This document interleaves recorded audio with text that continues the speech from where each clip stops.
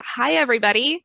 Hope you're having a great afternoon, a great start to your week. I'm Sabrina Halstead, the Employee Wellbeing Program Manager, and I am here with Dr. Franz today to talk to you about anxiety and depression, and more importantly, answer your questions that you have submitted about anxiety and depression if you submitted one. So thank you all for contributing those questions. We have 13 that we're going to go over for you as best we can in the time that we have. If you have additional questions as we go along, please feel free to drop those in the Q&A. And if we have time at the end, we will get to those as well. This is being recorded so that we can make it available for our fellow colleagues who aren't able to attend. So just as, you know, if anything comes up and you need to step away, this will be available for you later on. Before we get started, just a quick explanation as to why we're focusing on this. And the reason really being that, you know, anxiety and depression is something that has really come to the forefront with the pandemic. It's something that we've been trying to destigmatize in general for quite a while now. And we have set this event up specifically to be more like a conversation so that we can take just one more step in normalizing the conversation around these things because they do play such a big role in our lives. So, Dr. Franz, if you want to introduce yourself and then we will dive into the questions. All right. Yeah, I'm Mike Franz. I'm a psychiatrist, child psychiatrist, adult psychiatrist, and a medical director at behavioral health here at PacificSource. And I'm really looking forward to the conversation with you today, Sabrina. Thanks for the invitation. Absolutely. So before we dive into the first question, can you talk just a little bit high level, what are anxiety and depression? Yeah, so high level, you know, anxiety is a feeling of nervousness or worry or tenseness being keyed up. There's different types of anxiety disorders when it reached the level of actually being a disorder where it would be causing impairment in functioning in one's life. But anxiety itself is ubiquitous. I think we all experience it fairly often. It's usually somewhat uncomfortable, sometimes very uncomfortable. At its best, I think it can be a good motivator when it's more adaptive. It can help us strive to do things we need to do. But it can become pathological when it overwhelms us and overwhelms our defenses and can become a psychiatric disorder that needs to be addressed. Fortunately, there are very effective treatments for anxiety and disorder. And we can talk a little bit more about prevalence and whatnot as we get into the questions. Depression is also kind of a catch-all, usually implies some kind of change in one's mood to be more depressed or irritable or sad, down, withdrawn. And often is associated with sometimes a loss of interest in previously enjoyable activities.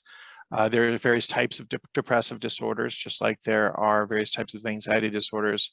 But to have a disorder, again, you need to have significant impairment in one's functioning, such as in your vocational life, your social life, academics for kids. And that's when treatment again is appropriate and should be considered. And again, we have effective treatments for various types of depressive disorders as well. Fantastic. Thank you for that quick introduction into this conversation. And so with that, let's go ahead and dive into the questions. So the first question, and just as a precursor to this, in some cases, the question that you are going to see on your screen is an abbreviated version. I will be reading the full version, but the question on your screen is really just to help you kind of track along with us. So to get started, should I see my PCP or a therapist first if I suspect I have anxiety or depression? Okay, well, good first question. You know, in an optimal society and health system, there would be no wrong door. So really, wherever you are, whoever you're talking to is a fine place to start to seek some help. Maybe even if you're wondering if you might have a level of anxiety or depression where you do need some intervention and some assistance. So I think the direct answer to this question is either is just great. And primary care providers are well trained these days to address and do initial assessments of both anxiety and mood disorders, and really quite a few other psychiatric conditions as well. So if you see your PCP, that's great. They can do some brief screening tools. They might do something called a PHQ-9 if they're looking at depressive symptoms, or a GAD-7 if they're looking at anxiety symptoms. Or for kids, we have other tools such as a SCARED for anxiety symptoms, and then there are depressive scales screeners for kids as well, like the Child Depressive Inventory. All of these tools are generally available and now used by primary care provider offices. And you use a screen to really try to see if there is possibility that you might have this condition that would deserve more follow-up. It's not really intended to diagnose it, but the PCP could start with that and then refer on to a therapist if they thought that that was a diagnosis that actually would warrant some treatment. So when you see a therapist, you probably have already either had some sort of a screener by a PCP, or perhaps you've just called a therapist on your own using a provider directory or some other sort of information to get that first appointment. And that's great too. And from a health plan perspective, PacificSource, like a lot of health plans, there's very little barriers on someone just initiating a treatment or an initial assessment or visit with a behavioral health specialist, such as a therapist. So it's fine to go that route too, and just make that first appointment, go in, get seen, and then they can begin the assessment process to indeed see if there is something that's diagnosable and that would warrant some treatment. Excellent, thank you. And I know that, having gone in for, well visits over the last several years, it was something that I never really thought about, but you have that paperwork when you get started for those visits. And, I don't know which form it was that I filled out each time, but there was one that definitely had me sort of gauge some of those moods and feelings that you were talking about. That's a lot more, those screens are now a lot more universal. Often they're just given as a matter of practice at the well child visits or well adult visits. And certainly anytime they're indicated. So it's really great that we're doing more universal screening, very, very appropriate. Absolutely, thank you. All right, so let's go ahead and go to the next question then. Okay, is anxiety and depression something that you can experience later in life without any previous experience, understanding, or knowledge of having them?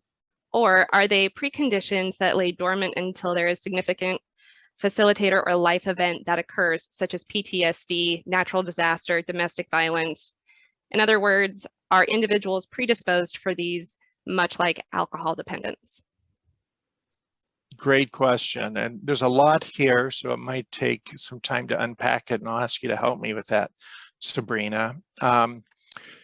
Certainly both depression and anxiety can occur new onset later in life, but most of the time it doesn't. So about 50% of all behavioral health conditions are first present by mid to late adolescence, really middle adolescence, and 75% of all behavioral health conditions present usually by your mid-20s, around age 24 or 25. So the vast majority of mental health conditions are conditions that first show up in childhood, late adolescence, or early adulthood. Nevertheless, you can certainly develop new onset depression or anxiety later in life. Roughly 25% of people do. We wouldn't necessarily call later in life age 27, but anytime between your late 20s, adulthood, later adulthood. And you're absolutely right. If there is a predisposition towards anxiety or depression, it could take a very stressful event, a trauma, a job loss, change in a relationship. Even bereavement now can qualify for major depression. It's more of a clinical, you discern that clinically whether or not it's just related to the loss of someone and expected grief, or if it's going to be more pathological. That could actually meet criteria for major depression if it persists for a long time and if it has severe symptoms. There's about a 40% heritability to depression and anxiety, meaning we think genetic makeup, what you've inherited from your parents, probably informs about 40% of the likelihood to develop anxiety or depression. So part of it is going to be genetics, part of it's going to be nurturing, your environment, how you were raised, and part of it's going to be what happens to you in your environment and how you relate to it. So really, these can happen at any time, although the preponderance of these diagnoses are going to occur in the early part of life. Got it. That's really helpful. And actually, I didn't know that it typically, happens earlier in life. I think that that's interesting. I know that, for me, I was diagnosed with depression in my mid to late teens, but, especially then, it wasn't something that anyone ever talked about. I have no idea how many other of my peers were experiencing the same thing. Just to sort of build on this question a little bit, are there any indicators or signs that someone may be predisposed to or more likely to experience anxiety or depression?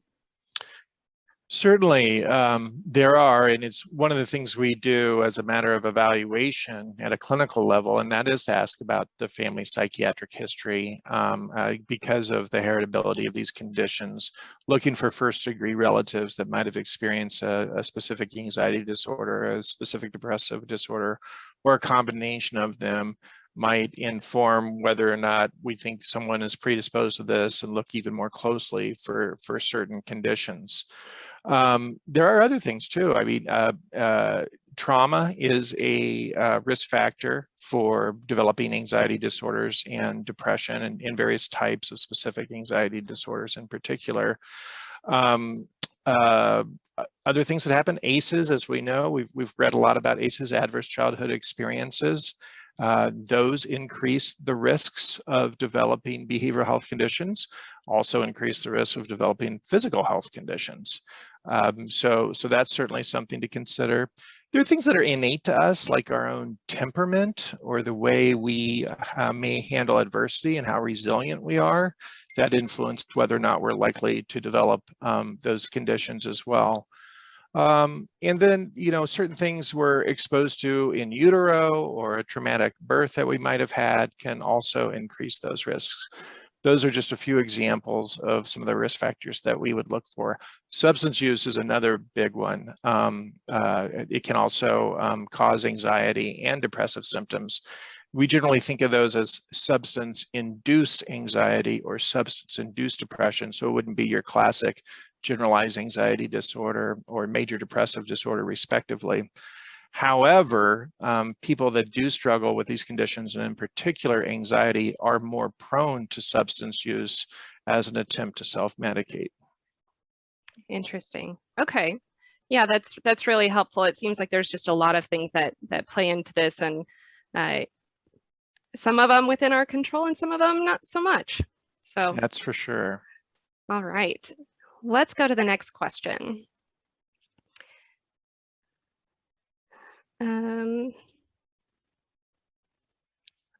Okay, so how would you recommend a busy parent trying to deal with anxiety and depression that has skyrocketed since COVID when it feels nonstop between working overtime and dealing with young kids at home all day and all night and all day and all night? By the time I'm done working and they are in bed, I pass out like a potato just to wake up at 6 a.m. to do it all again. Yeah. Yes, this is, again, something that is so real. First of all, and I think you know this, you're not alone. Unfortunately, this has been an incredibly stressful time for parents with kids of any age. Certainly kids of young age can be particularly stressful. I would refer you, and I think Sabrina can post or we can make available some videos I did a year ago, a few months into COVID, that specifically speaks to this question. It's about a 7-minute video, so I can't get to all of it here, but that might be helpful for some refresher and some reminders about some things that you can do. First of all, is to give yourself a break, maybe lower the expectations of yourself as a parent right now. You can't be everything to everyone all the time. And if you're a single parent and you're working and you're trying to raise your kids during COVID, things just aren't going to go as smoothly. as they were outside of COVID. And even that is an incredibly stressful situation to be in. So cut yourself some slack to start with, lower your expectations. Take some time for yourself. If you need to put the kids in front of the screen for a while, just to take an hour, it's okay. If it allows you to get back to being the best parent you can be, making some of those decisions is really in the best interest, not only of you, but of your children. And seek out others who are going through what you're going through. So share in your experience with people who are also in a similar circumstance.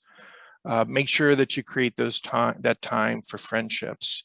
And this is also a good time, if you're spiritually inclined, to reach out to your spiritual advisors for support and comfort as well. Some of the basics go without saying. It's hard, but as much as you can stay in a routine with your sleep, with meal times, that's really going to be important as well. Getting outside, getting a little bit of fresh air and exercise. It doesn't have to be something amazing. Just a good walk for a few minutes can be really helpful. Yeah, and if you're really losing it, if you're just not at your best, and you know you're not going to be parenting well in the moment, do whatever it takes to separate yourself from your kids at that time. It would be better than trying to engage them. Wait until you've cooled off a little bit. Right. I can't imagine how it must be, just so completely overwhelming and inundating when you have, these other, little lives or teenagers in your house who are demanding of your time and attention. But, the saying is really true that you can't give from an empty cup. And I know that, anytime I hear, it's okay to, take a step back, take a break, or maybe lower your expectations. That one is so hard for me to hear because, I hold myself to such high standards and expectations, and it feels so strange to say, no, it's okay to lower the expectations, to lower the bar a little bit, that it's going to be okay, because in the long run, if you're not taking that time for you, you're not really meeting your own expectations anyway, I would imagine, right? There's just not as much to give. So, I think it's probably challenging to hear and even more challenging to do, but I can definitely see the benefit to it.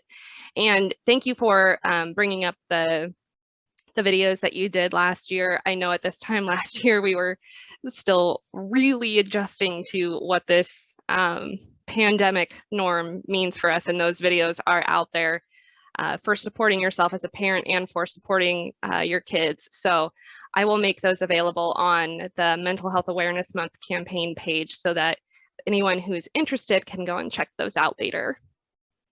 Great. All right, so let's go to the next one. Okay, so many brain chemicals are involved in depression and anxiety. What resources are available with tangible day-to-day activities and practices to support a healthier brain chemistry? Aside from prescriptions and talk therapy, what are the other activities folks can do? And I know exercise hits all of them, but what else? Yeah, so you're asking me to take 3 of them off the table. So let's just remove those. Yes, psychotherapy can be very helpful. Sometimes prescription medication can be helpful, not always. And exercise, it's really hard to overemphasize how important exercise can be, but you're asking me to talk about other things, so I will do that. So nutrition, it's the next thing that comes to mind. Healthy eating, and I'm no nutrition expert, but just the common sense stuff, really limiting sugars and lots of carbohydrates, really trying to focus on a healthy, balanced diet. Being aware about why you're eating. If you're doing emotional eating, it's likely going to make you feel worse. So just having some presence with that and some awareness of that. That brings me to another thing that you can do that is incredibly powerful, and increasingly more research is coming out to support this for our mental health, and that is developing some mindfulness. being able to really be present in the moment, be aware of what's going on internally with you, what's going on externally, but not necessarily having to act on it, just being able to sit with it and acknowledge it. And a great way to develop the skills of mindfulness is to learn how to meditate. There's some great meditation apps out there right now. Headspace is one that I like to do. But just a few minutes a day of meditating can really build your skills in being mindful. And mindfulness is a great way to reduce stress and bring yourself genuinely into the present moment of any interaction, even with yourself. And this is a great skill to have. It's helpful to address anxiety, it's helpful to address mood, and can be a really important part of anyone's treatment plan if you're trying to get healthy again from an anxiety or a depressive disorder. This is a little bit on the exercise side, but I would also say the power of nature. You know, we've been cooped up, we've been doing a lot of Zoom, we're in our houses a lot, things are starting to open up, but just getting outside every day and getting out to nature if you can. If it's a park, if you live in a city, that's great. If you can get out a little bit further, wonderful. It doesn't need to be long, but just get outside and be with nature is really powerful. Socialization. Of course, sometimes these disorders, anxiety and depression, the very description of them is that there's impairment in socialization, either out of fear or no longer an interest in it. But pushing yourself to go ahead and make that contact, if it's a virtual happy hour with a friend, or if it's actually now getting outside, meeting in person, or if you've been vaccinated, getting together for the first time for a book club or something like that. Very powerful way to help you address your mental health during these challenging times. Yeah, one that actually I'll combine a couple that you spoke to, and that's, you know, the getting out in nature and the mindfulness. I know that sometimes when I really need a moment away, I don't really want to fuss around with trying to find, you know, a meditation or something. And so something that I've started doing recently was going outside, sometimes doing like a mindfulness walk, or even just standing in the sun and doing some mindfulness. What am I hearing? What do I smell? How does the breeze feel? And just be in the moment. And it's been kind of nice to actually take some of the guidance out of it, because I love to walk, you know, just for, you know, my mental and physical health, you know, pop in some tunes and just go. But sometimes even turning that music off has been really helpful for me to just sort of reconnect. And I want to make sure we get to some of these other questions, but I'm wondering, you know, something that comes up for me a lot, and a lot of times it's people say it, you know, facetiously in passing, but there's an element of truth to it, is that, you know, people consume alcohol as a way to de-stress and kind of come down. But at the same time, that's not really a real mental health benefit. It's just sort of this perceived and can actually make things worse. Can you maybe touch on that a little bit? Sure. I think getting at this self-medication piece, and yeah, if you have acute anxiety, having a drink is likely to reduce it in the moment, just like taking some, you know, a benzodiazepine pill, which is a controlled medication. Sure, it can reduce your anxiety for a little while, but there's going to be a rebound phenomenon that's going to be worse than the baseline you were at before you had the beer, or you took something that maybe wasn't prescribed to you to just try to reduce the level of stress, anxiety, worries you're having in that moment. So this rebound phenomenon, and then you get in this cycle, right? I mean, this is especially with anxiety disorders, where people who then develop alcohol use disorder combined with it, really fuels the anxiety disorder, and it's hard to get off of that cycle, and it actually increases the risk of suicide. If you have anxiety, substance use combined with depression, that's you're really priming the pump for bad things to happen. So I would agree. If you're starting to experience some of these symptoms, the last thing you want to do is add substances to it, because generally it's going to make it worse. It's that allure of that temporary relief that's difficult to deny, but would really strongly encourage you to do so. Right. All right, thank you. Let's go ahead and go to the next question. All right, is it possible for someone to live decades with moderate depression, functioning okay at work, but living a joyless existence? What is the prognosis for someone with long-term moderate to severe depression? This certainly is possible. It would be unfortunate, and unfortunately it does happen way too often in our society. We know what the prevalence rates are of depression and anxiety, and we know that so many folks who do have a diagnosable depressive disorder or anxiety disorder never get treatment. At least a third, maybe half of them don't. So unfortunately, this is more common than we think. And yeah, you can kind of muddle through life, and oftentimes work is the last thing to go. It usually affects personal relationships before work gets impaired, but you can muddle through it, suffering probably unnecessarily. The prognosis is, still favorable if you're able to get treatment, get a good assessment and get some treatment. We have effective treatments for anxiety. In this case, the question is more about moderate depression.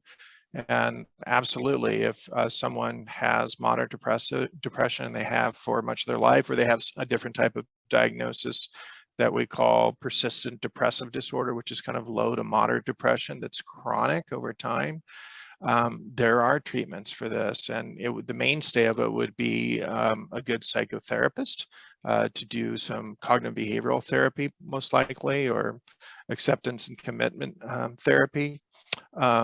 There's other types of treatment available as well. In some cases, medication should be considered, especially if it's more moderate to severe.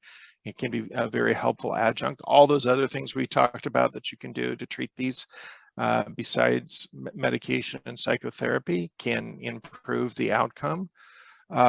So I think the prognosis is actually quite good if you or that person can get engaged with someone to help guide you in that treatment. Excellent, thank you. And it's interesting, and I think this is a great question, but I know that the first time that I read it, having lived with depression for more than half my life now, it's interesting because while there are definitely a lot of struggles, I don't know that I would ever say that, I'm living a joyless existence. And, granted, some of this may be that, I have been seeking, different kinds of support, medications, therapy, this sort of stuff on sort of an ongoing basis. And so maybe that's part of it. I think that there's something to be said about, okay, you've been diagnosed with depression or you're experiencing symptoms of depression, but it doesn't mean that hope is lost. So. Well said, Sabrina. Yeah. All right. So let's go to the next question. All right. So how can I support a family member who has every indicator of serious depression, yet has gone to multiple doctors who have not helped and have, in fact, made matters worse? This person won't consider therapy and states they never want to see another doctor again. It's unclear if the pain has caused depression or the depression has caused pain. In this case, the medical system has done this person harm, and there seem to be no readily available resources for pain treatments that aren't medication related. I think there's a lot to unpack here. Yeah, there is. Please help me with this too. Gosh, so unfortunately, this story is all too common as well.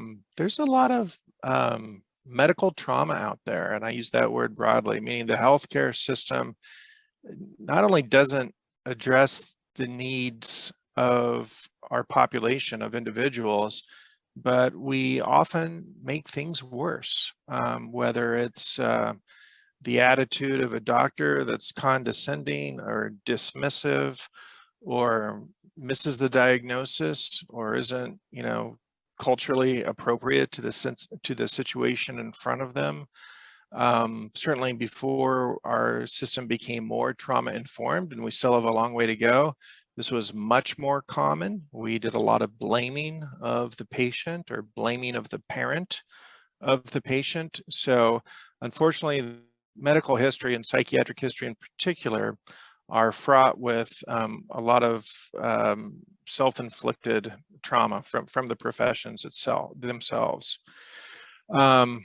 And so now there's repair that has to be done. So moving forward, what can we do?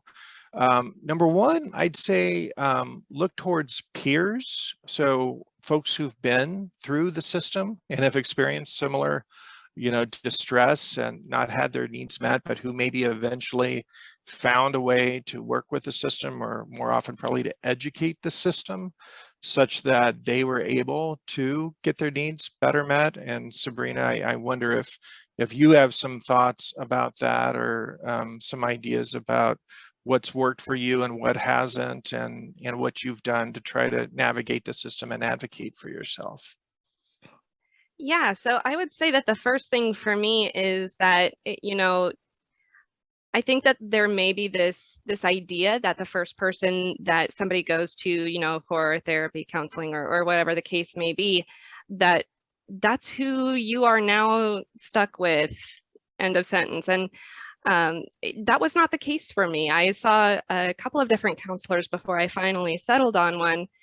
And, it sounds like this particular family member that's, sort of out of scope at this point, they're not going there. And Dr. Franz, I think that what you mentioned about peer support is where there might be a really good next step here. And this doesn't have to necessarily be somebody, outside of, this person's normal daily life. But what that means is just being there to listen in a way that maybe you haven't before. So I know that, speaking from personal experience, sometimes when I really need to talk to someone, I don't want them to talk back. I want them to just listen, withhold judgment, and we talk about it like venting, right? Where you just need to vent and let it go. And to some extent, it's like that. But I think where you have people who are really struggling and you want to help your family, right? You want to help them feel better, seek the care that they need, and all of these things.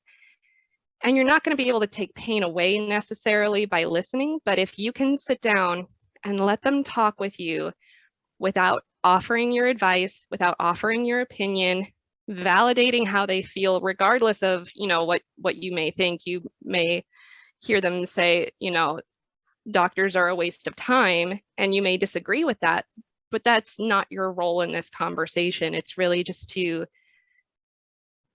let them express themselves in an honest and authentic way without having to worry about then in some way defending themselves to you, or, they've tried everything and maybe they haven't, but that's their reality. And really what they need is just somebody to say, wow, yeah, that's really hard, and that must be a really frustrating experience. And it's amazing what just that can do. And so if they've given up on the medical industry for help and you're not sure where to go, I would try that, and then check yourself if you find yourself starting to offer advice or convince them to do something. Because while your intentions are really good and your heart's in the right place, you may inadvertently be pushing them away.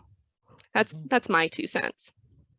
Good advice, Sabrina, from your own experiences. I also wanted to speak to the pain component here, and I think it was that this person was having medications thrown at them, and we've certainly learned the pitfalls of that, which has led to incredible tragedy with overdoses related to the opiate epidemic.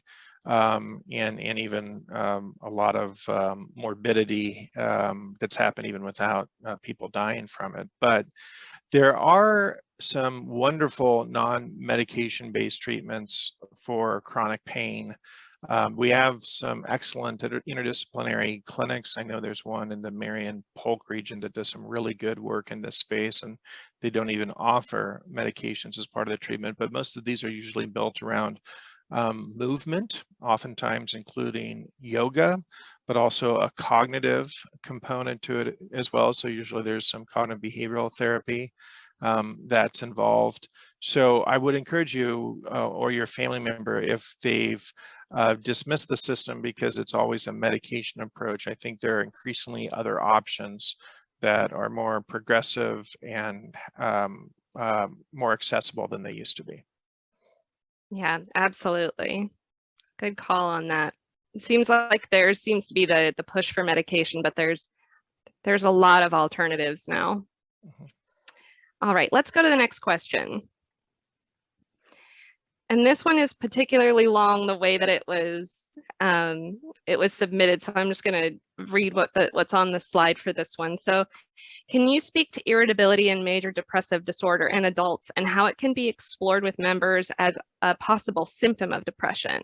In children and adolescents, irritable mood is considered a symptom, yet when diagnosing adults, this symptom is no longer part of diagnostic criteria. Why is that?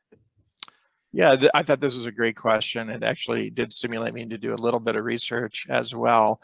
But yes, it's true. So criteria for major depression in kids, irritability can qualify as one of the mandatory characteristics. So for both adults and kids, it's a mood complex, and for kids, it can be irritability. For adults, it's generally described as depressed mood, which can be low mood or sadness. And then the other component that it has to be either mood or a loss of interest in previously enjoyable activities. That's called anhedonia. So you have to have one of those two things. But the DSM, the Diagnostic Statistical Manual, does differentiate with kids. Irritability qualifies, but that's not listed for adults. I think my review of the literature is that in reality, irritability likely really is one of those depressed mood symptoms. And if we were to broaden it to include irritability specifically, you would increase the prevalence of major depression, maybe 1% additionally, to have that criteria. And an irritable mood in an adult with major depression likely also has some treatment implications and prognostic implications as far as how you might want to try to treat it, and can be more refractory, and oftentimes is also associated with more anxiety as a comorbidity. So I think it's a great question. I guess the bottom line here is if there's an adult that looks like they have major depression or meeting criteria for everything except their mood is irritable and not just sad, low, or depressed, they likely need to be thought of as having a major depressive disorder and treated accordingly. Of course, they need to have a very appropriate professional assessment to make that diagnosis and then to get them engaged in treatment. Great, thank you. Yeah, there's a lot to unpack with that one too, but I hope to the individual who submitted this question, I hope that's helpful. Let's go to the next one. Okay, so how do you support someone who does not believe that they have depression, but their symptoms exhibiting major depression? So they're exhibiting major depression with their symptoms, especially when they are BIPOC and need language support and representation among therapists are low or inaccessible. Sure. Yeah, unfortunately, again, this is pretty common in Oregon, and I imagine in all of our states that we serve. We don't have a provider workforce that matches the membership or the population, if you will. So this has been identified. It's been called out as a high priority. I can speak more from my knowledge of what's going on in Oregon with the legislature currently to incentivize and fund workforce development to increase the BIPOC prevalence in providers and certainly make sure that interpreters are available, but better yet, that providers speak the same language as the people that they're serving. So unfortunately, we don't live in that world right now. There is a mismatch. I know, again, from just my experience here in Central Oregon, an organization that's very helpful for a BIPOC population here is the Latin American Association of Central Oregon. And they've taken a special interest in helping connect their members and their population with behavioral health providers. So I would encourage anyone to look towards their own cultural organization, if there is one that's organized, and reach out to them and get advice or suggestions on how to best tap into the available resources that would be culturally and linguistically appropriate for them. I think this is also another time where looking towards peers, other BIPOC folks that may have navigated the system and probably had some challenges with it as far as what was successful and what wasn't. Again, a lot of times that knowledge resides with these cultural organizations that do tend to be more organized and can disperse that knowledge, and where you can find these providers and how you can get into treatment. Those are some of my thoughts. Sabrina, do you have anything on this one? I think you touched on the one that I was thinking of, where, you have somebody who doesn't believe that they have depression. And I really don't think it's anybody's job to convince somebody that they do or don't. But I think one of the things that you can do at that point is, Dr. Franz, like you said, is see what peer support may be available. And it might be in the sense of, hey, I think it would be helpful to connect with people who, are experiencing some of the same things, are facing some of the same challenges, because then you're speaking to more of like, hey, I care about you and I want you to be happy and supported. And here are some ways that you might be able to do that, versus I think you have depression and you need to get some help, or I want you to get some help. So there's a different way that you can approach it in that way. And, like you were saying, you open up that network and you get more insight into what others have tried, what resources might be available that you didn't know about. In some cases, resources they're really trying to get their voice out there, but that makes them really hard to find in the meantime. So I think connecting with more people experiencing the same things is really going to make that part a lot easier. Mm-hmm. Yeah, you did. I didn't address much of the first part of the question. You did there. That's a tough one. I agree. It's very hard to force someone to look at that. I mean, I wouldn't even say, maybe in this case it's much different than someone who might have a substance use issue. How do you convince them that they have a problem that needs help? A lot of times the person has to come to it on their own. Sometimes I think, just doing some active listening, like you were referencing earlier, that was so helpful for you, Sabrina, can be a way to just be with that person, and through their own talk, without you directing them, sometimes they can come to some notion of what they may need to do. I'm not a big proponent of interventions, but certainly if it's the level of safety concerns, if there is suicidality, then there may need to be, some sort of an intervention where the loved ones would come together and meet with the person and just say, how concerned we all are, and it's best to do this in a group situation. And we'd like to try to get you the help you need, and we want to do that because we care about you. But Right. that has to be, thought out, and oftentimes some facilitation or some prep work for that would be important. Right. And thank you for calling that out, because I'm not sure what the situation is in this case, but there is certainly the safety factor to consider as well. So yeah, at that point, I think, Dr. Franz, like you were saying, some sort of intervention could be beneficial if safety is a concern. Yes. Yeah. And if it's immediate safety, in that, you're imminently dangerous, then that's the time you need to call 911 and make sure someone can come out. And the great thing is now there's crisis services are widely available, mobile crisis services. So a lot of times a mobile team can come and do an assessment and take appropriate action as needed to make sure the person gets the help they need. Yeah, absolutely. I'm glad that that's something that's becoming more broadly available. Mhm. All right, let's go to the next question. Okay, so at what point do anxiety and depression symptoms amount to a potential diagnosis for these conditions? So the reductionistic answer to this is, we have this thing called the DSM-5 now, Diagnostic Statistical Manual. It is, it's this thing. I've had it out earlier today, preparing for this talk. And oh my gosh. Psychiatry, yeah, it's a little thick these days. In behavioral health isn't just as easy as, listing the symptoms and seeing if it matches criteria and making the diagnosis, although there is an element to that does need to happen in order to accurately and appropriately diagnose someone with an actual condition. So literally, it's, the severity of the anxiety and the depression, and a tenet here is that it must cause significant impairment in functioning and usually multiple domains. So home, social life, vocational life. And then, like I mentioned, for major depression, you need to have either the mood component or the anhedonia plus several other criteria on a list of 9 different criteria. I think the threshold is 5. It needs to last for at least 2 weeks.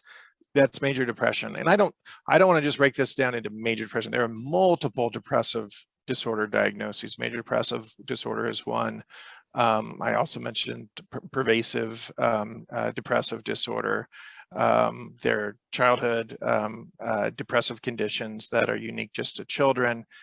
They all have different criteria, but it's this causing suffering and impairment in functioning is kind of the golden thread that goes through all of that. And that's true with anxiety disorders as well. And again, there's some rule outs here. So you can have anxiety or depression that's caused from a medical condition. So perhaps you are hypothyroid, you don't have enough thyroid hormone, and you might develop depression.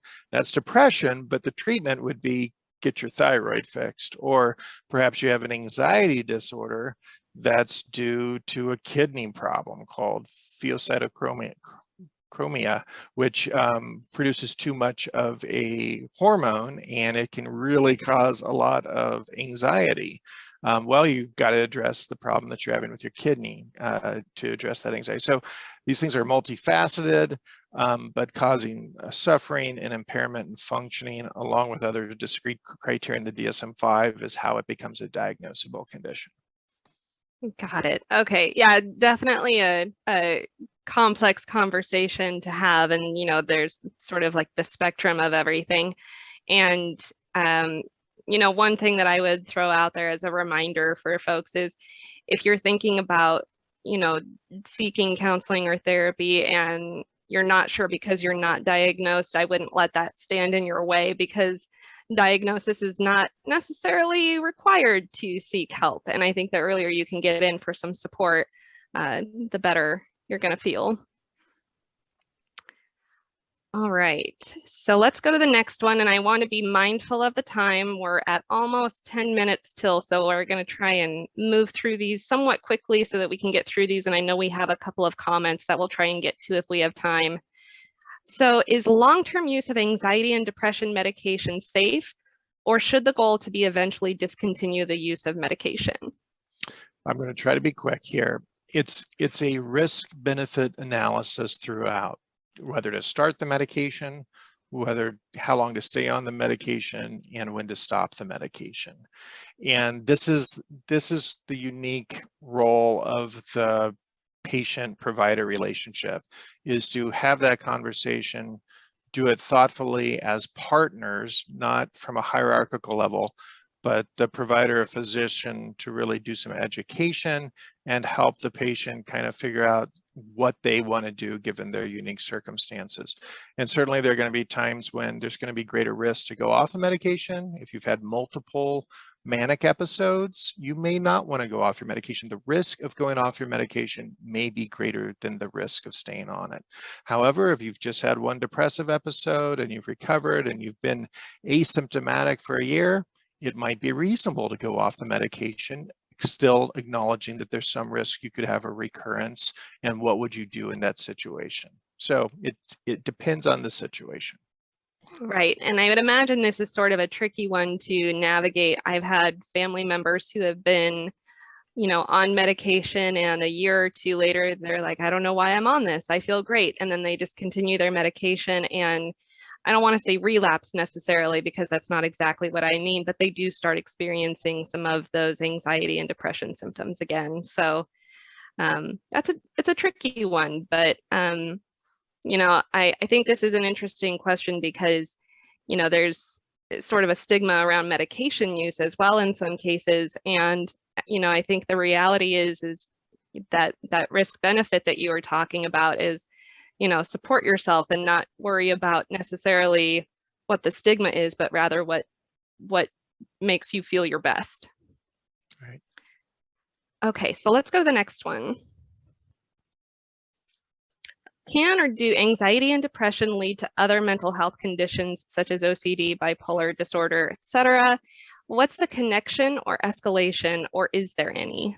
Yeah, there's a strong connection. Having anxiety disorders increases your risk of depression, and having depression increases your risk of anxiety.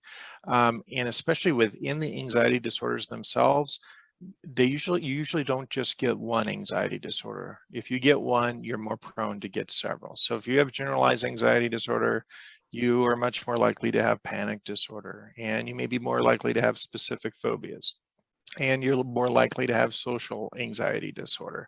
So I know that doesn't sound great, but that's the reality. These things often don't come alone. So a strong connection between them. Excellent, thank you. Let's go to the next one. Do you have any tips on dealing with ruminating? What is a healthy level of rumination? Yeah, it's funny. I'm reading this book right now about the person that founded the Zen Buddhist hospice in San Francisco, and what he's learned about helping people go through the dying process and what that informs for how do you live your life. And one of the things he talks about is this inner critic that we have that we need to learn how to deal with and really be able to quiet.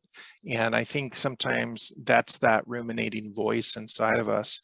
And let me first say, sometimes it can be helpful. Again, a little anxiety, a little motivation, maybe a little helpful to get us out of something we need to get out of or do something different.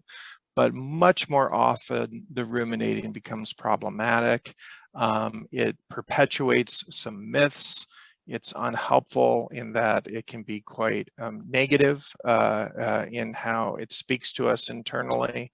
And it really provides few benefits for getting better out of your anxiety or your depressive condition. Ruminating can happen with both. It's very common with depression. It can be incredibly disturbing and cause a lot of suffering. So if you are ruminating, that would definitely be something I would encourage you to bring up with your healthcare provider and tell them about it, because it doesn't take much to get to a level that's not healthy, would be my answer to that question. Ruminating is where you have internal thoughts or a narrative that you say over and over again, like, I am such a failure. Gosh, I did that wrong. I did that wrong this morning. I can't believe I behaved that way. And it's just reflecting on the past, but also making it very personal about who you are and your character. It's really that negative inner nagging voice that just doesn't stop, and it gets worse with some psychiatric conditions. Right, and I think in this case, and thank you for asking that question, for clarifying, Jenny, what ruminating is. I think that helps with this conversation, but one of the things that I often tell people, or that I advise when, what do you do to, help alleviate some of your, depression, anxieties, or really your stress, because stress is so huge right now. And one of the things that I tell them is to be mindful of your self-talk. And if you wouldn't talk to a loved one or a child that way, don't talk to yourself that way. And even if it doesn't necessarily change how you're talking to yourself and the thoughts that you're having, if you can recognize it, I think that's probably a good first step as well. Great comments, Sabrina. Yeah. Yeah, so let's go. This is our last question, and then I'm going to try and get to the ones that have been posted in the Q&A and in the chat. So I've noticed that during the pandemic, there's been increased anxiety in teenagers in my life. My son, his girlfriend, and their friends have such significant impacts on their education and social supports. They are all reporting increased anxiety. What are your thoughts on this? And are you hearing that this is now a common report among adolescents? Yeah, I hear it. I read about it, and now the CDC has conducted some systematic surveys during COVID that demonstrate this is absolutely true. So, anxiety rates among kids have always been higher than adults, and lifetime prevalence is probably around 20% or so pre-COVID.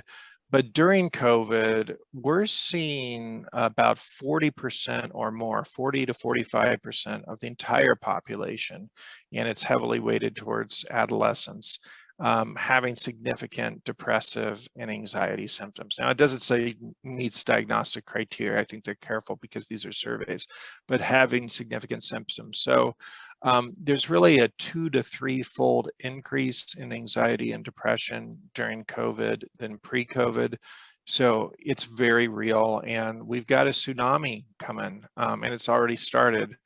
These folks are suffering and they're needing help, and we don't have the capacity in our behavioral health system right now to absorb all the treatment that's going to be in demand in the coming months and years because of this. And yes, kids, adolescents, they aren't able to engage in their social relationships, which is one of their primary developmental tasks at this time. They haven't historically been able to do that very much. They've missed some major events in their life, whether it's graduation or prom or any event that's unique to adolescence, and you only get that time to do it. I think also social media is playing a role because they can continue to do social media, and we have clear documentation and evidence that social media can be very disruptive to adolescent mental health, and we correlate that with the increase in adolescents' behavioral health conditions we've seen since the early 2000s. So not imagining this is real. I could speak about it a lot longer. This is also addressed in one of the videos I did last year, so would encourage you to look at that. Excellent, thank you. And yes, right after this, I will make sure that those video links get posted on the campaign page, and I'll put a note on the newsfeed as well so that folks know where to find those. We are at the last couple of minutes, and Dr. Franz, if you have a couple minutes, we'll go ahead and address these, but folks can feel free to jump off if they have something else that they need to get to next. I know that schedules are very busy right now. But that being said, do you have a few more minutes so that we can address the Sure. Q&A? Yeah, Okay. let's do it. Excellent. So I know that we had some come up in the Q&A, but one that I saw in the chat earlier that I want to get back to first is when we were speaking to substance use, the question is, would eating disorders be related to that? So when speaking of substance use, would eating disorders be related to that? Let's see. Is that in the chat there? Yeah, it's in the chat, and I think this was related to the brain chemistry question. So when we were talking about, aside from prescriptions and talk therapy, what are other activities folks can do? And we talked briefly about, folks using different substances as a coping mechanism. And yeah, and Jenny, correct me if I'm wrong on that. I think this might be about, are people then turning towards eating disorders to cope, perhaps, with some of their anxiety or their depression as well. And yet you do see this, again, comorbidity is more to be expected with eating disorders as well. So, someone who's highly perfectionistic and has a lot of anxiety, maybe has some OCD, might be more inclined to develop an eating disorder or some sort of disordered eating. That certainly can happen there. And I might need just a little more context to answer that more fully. Yeah, Okay. turning to food in the same way as other. So sure, or a binge eating disorder. Yeah, I mean, food, it definitely affects dopamine and the neurochemistry of the brain that was brought up by someone. So yeah, food, powerful effect on the reward centers in the brain, just like substances are. So yes, in that regard, when disordered eating can be a way to self-medicate that becomes maladaptive and creates additional problems. All right. Good question. Good follow-up question. So thank you. So another one that popped up in the Q&A is, what about depression and anxiety dealing with a spouse who has an addiction and keeping it together while trying to be a parent?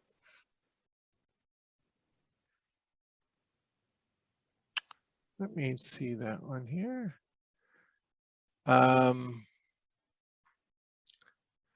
Yeah, so you're a spouse. This person would be a spouse of someone who's really struggling with addiction. Sorry, I keep getting these IMs. I think they think I'm done. I'm just going to answer this so they stop. Okay.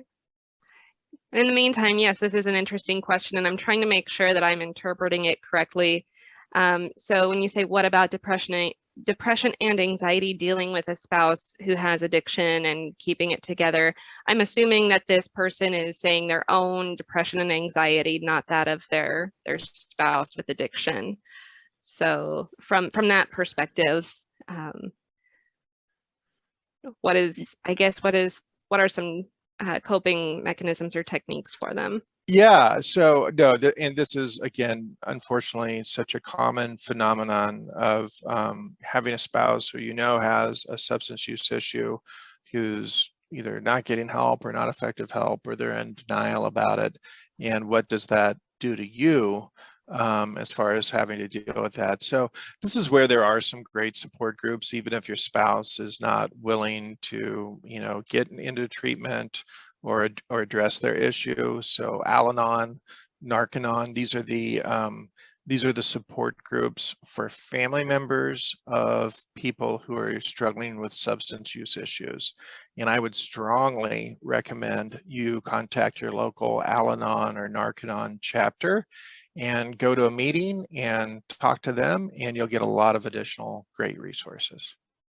Excellent. Yeah, I really appreciate this question, and Dr. Franz, for you mentioning Al-Anon and Narcanon, because, I think when we think about substance uses and things like that, Alcoholics Anonymous and things like that come up as a way to, find a path to sobriety. But when you live with somebody who is a very heavy drinker, an alcoholic, or, other substances, that's a whole lot of stress and anxiety right there that can feel a little out of your control. And there are support groups for that. And I think that that's fantastic.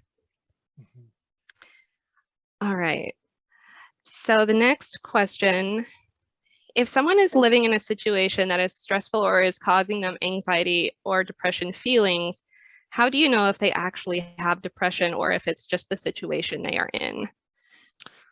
So I don't think there's a binary answer here. As we talked about earlier, depression or anxiety and an actual diagnosable disorder can be triggered by life events or situational circumstances.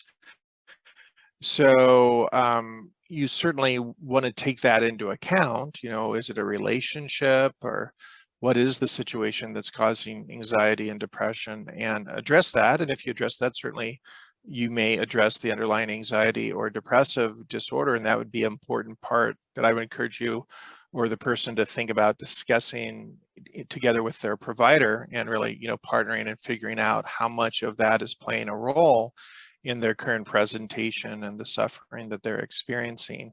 But just because there is a stressor or a situation doesn't negate the severity or the legitimacy of the underlying anxiety or depressive condition itself, if that makes sense. Yeah, I think that's helpful. And I know that I'm glad that this question was brought up, because I imagine that especially as we came into, this pandemic quarantine sort of situation, You know, I think if you start listing symptoms for anxiety and depression, you know, we can check a lot of those boxes because things are just really chaotic, and they have been really chaotic for so long. I am not diagnosed with anxiety, but I certainly have anxiety and anxious moments and all of those things. And I think, you know, where I got to anyway, and of course, again, speaking just for myself here, is that I focus less on, you know, that I'm diagnosed with depression, or that, you know, do I or don't I also have anxiety? And it's more about, you know, am I taking care of myself? And if it's no, and sometimes it is, you know, it's okay. So owning how you're conducting yourself, what you're doing, what your habits are, and taking steps to improve that situation, whatever that might mean, whether that's, you know, establishing some healthy boundaries between, you know, home and work, or adapting your routine so that you can go for a couple of 5-minute walks a day just to kind of clear your mind. When you're going through these things and you're experiencing those symptoms, I think, at least for the immediate moment, the diagnosis matters less than taking steps to support yourself. All right. I think that's everything, and only a few minutes over. So thank you to everyone who was able to stay on for the tail end of this, and for everyone who joined us for this Ask Me Anything about anxiety and depression. Once we have the recording available, I will send out a link for everyone. And again, immediately following this, I will post the links for the videos for parents and, you know, dealing with your own feelings, and then also with your children's feelings and their anxiety and stress around everything. So those are the videos from last year, and I think that they're still entirely relevant, so I will make those available. And then if there are any questions that you had that we didn't get to, or that you didn't get a chance to submit, let us know. We may be able to find another way to address some of those questions going forward. So with that being said, have a wonderful afternoon, everyone. And Sabrina, I'm going to just take maybe the last word here. And I just want to thank you, not only for facilitating this conversation, but for sharing your own story. Yeah, that's courageous, but you're breaking down barriers and stigma around behavioral health, and you're normalizing it. And that's a great service. And I encourage others to follow your lead. Thank you for doing that. Thank you. I appreciate that. And, you know, I encourage everyone to speak to however they're feeling, as comfortable as they can, and don't feel like you have to. I know that for me, I'm pretty comfortable with it and comfortable with who I am, and so I'm okay talking about it. And hopefully this does kind of give people a little bit of relief that it shouldn't be stigmatized the way that it is. So thank you.